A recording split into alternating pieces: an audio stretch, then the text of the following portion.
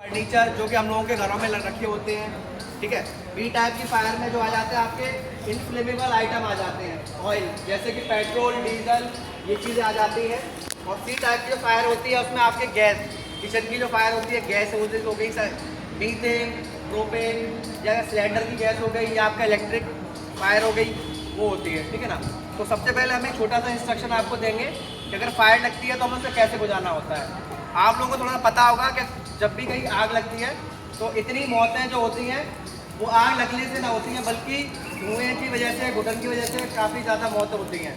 तो हमें बेसिकली क्या करना होता है, अगर कहीं घर में आग लगी हुई है, हम लोग अंदर फंसे हुए हैं, तो हमें सबसे पहले क्या करना होगा, हमें बाहर निकलना होगा, ठीक है ना। और नीचे झुक के निकलना होगा ताकि धुएँ से हम लोग ईजिली निकल सकें, सफोकेशन ना हो, मौतें ना हो उस वजह से। और कभी अगर और जब भी हम लोग बाहर निकलें तो कोशिश करें कि जो भी गेट है उनको बंद करते हुए बाहर निकलें, ठीक है ना।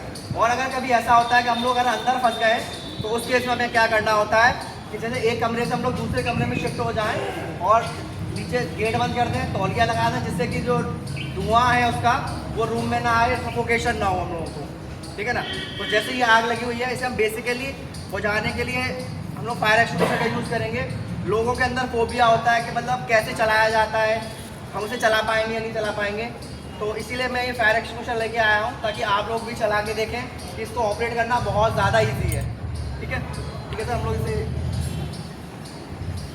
सबसे पहले ये हमारा फायर एक्सटिंग्विशर है, हमें ये देखना होता है हमारा जो सिलेंडर है वो हमारा मीटर जो है वो ग्रीन का होना चाहिए।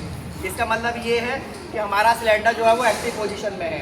अगर ये हमारा एक्टिव पोजीशन में होगा तो हम इसे यूज़ कर पाएंगे। अगर इसका मीटर डाउन होगा तो ये यूज़ नहीं होगा, क्योंकि ये जो मीटर शो करता है ये प्रेशर को शो करता है।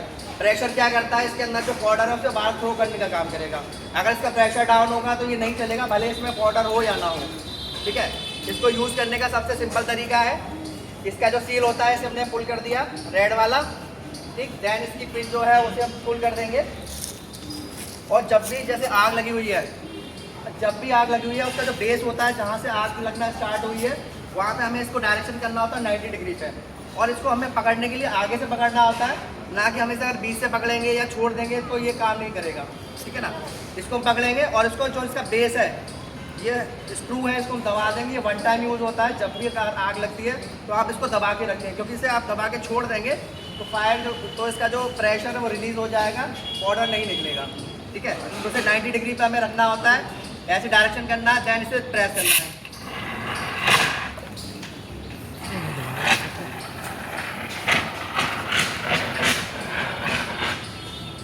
सिंपल, सबसे सिंपल तरीका है इसको यूज़ करने का। कोई और भी आए तो मैम आप लोग भी इसे यूज़ कर सकते हैं, प्लीज़ आइए, बहुत ईजी है। आइए किसको यूज़ करना हो तो आप देखो बहन जी करके देखना, देखो नहीं, मैं पकड़ लेता हूँ।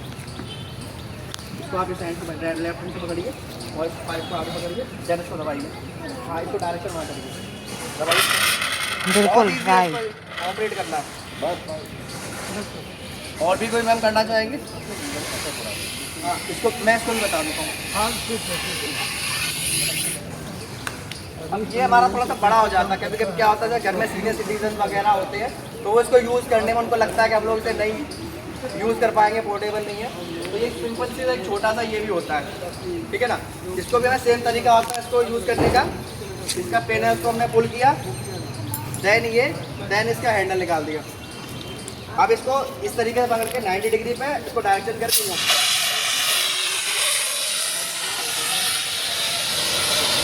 इस तरीके से हम लोग इसे यूज़ करते हैं।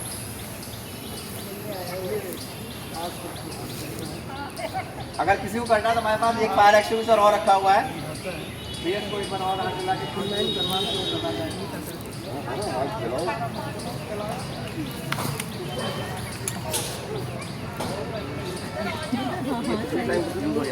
वन टाइम यूज़ रहता है सर ये।